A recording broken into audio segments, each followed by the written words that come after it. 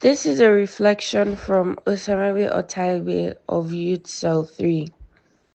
Glorifying God's Mercy in the Diary of St. Faustina.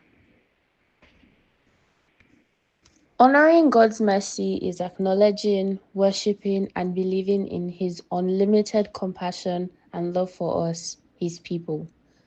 According to St. Faustina's writings, celebrating God's mercy entails not just verbal praise, but also living a life of trust, obedience, and complete submission to His divine plan. St. Faustina encourages souls to proclaim the immensity of God's mercy so that others may know, trust, and seek in His kindness, particularly through the Chaplet of Divine Mercy and devotion to the Hour of Mercy at 3 p.m. St. Faustina glorified God's mercy through her unwavering faith in Jesus, willingness to suffer, and mission to spread the message of divine mercy.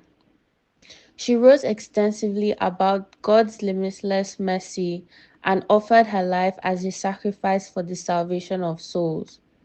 She recounted her visions and interactions with Jesus, where he instructed her to promote devotion to his mercy. St. Faustina also honored God's kindness by praying for sinners, making reparations for their transgressions, and interceding on behalf of the entire world. In her diary, Jesus promised her that souls who spread the honor of my mercy, I shield through their entire lives as a tender mother does her infant. And at the hour of death, I will not be a judge for them, but the merciful Savior. Diary entry number 1075. During the hour of mercy, Jesus instructed her to immerse herself in his mercy and invoke its omnipotence for the entire world, including wretched sinners. She was particularly attentive to the hour of mercy, where Jesus told her, "As often as you hear the clock strike the third hour, immerse yourself completely in my mercy, adoring and glorifying it. Evoke its omnipotence for the whole world, and particularly for poor sinners." Diary entry number 1572. For me, glorifying God's mercy means fully trusting in His will and being aware of His loving presence in my everyday life. I see His kindness in the small blessings I receive daily, as well as His guidance through difficult times. Glorifying His mercy includes consciously showing gratitude both during moments of joy and in times of darkness. Even in managing our plan of life and striving to check off every task, we glorify God's mercy by acknowledging His grace in enabling us to accomplish these goals. Reflecting on my own life, I recognize that His mercy has been evident in moments of forgiveness and second chances. Glorifying God's mercy also involves reflecting Christ's love by extending that mercy to others through forgiveness, patience, and kindness. As Jesus said to St. Faustina, "I demand from you deeds of mercy, which are to arise out of love for me. You are to show mercy to your neighbors, always and everywhere." Diary entry number 742. I believe that living a life of mercy glorifies God as it mirrors His divine love for the world.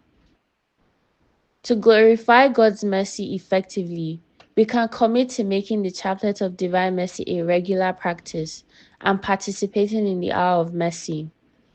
Encouraging friends and family to recognize the immense graces available during this sacred time further amplifies God's mercy in the lives of those around us.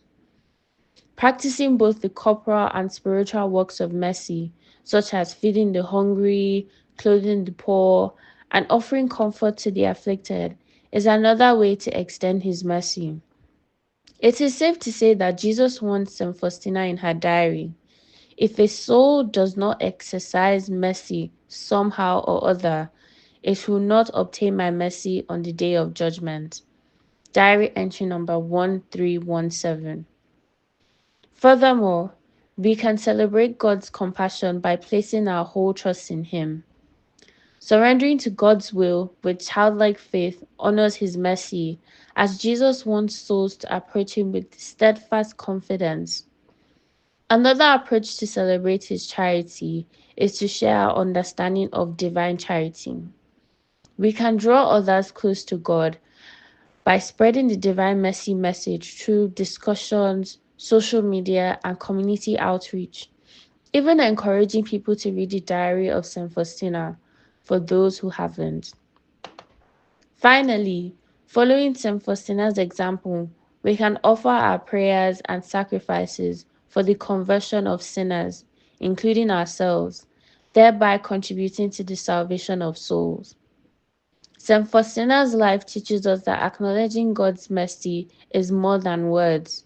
It involves living a life of trust, humility, and compassion that reflects God's limitless love and mercy. As we follow in her footsteps, may we be agents of God's kindness, bringing his light to a world in need. Jesus, I trust in you.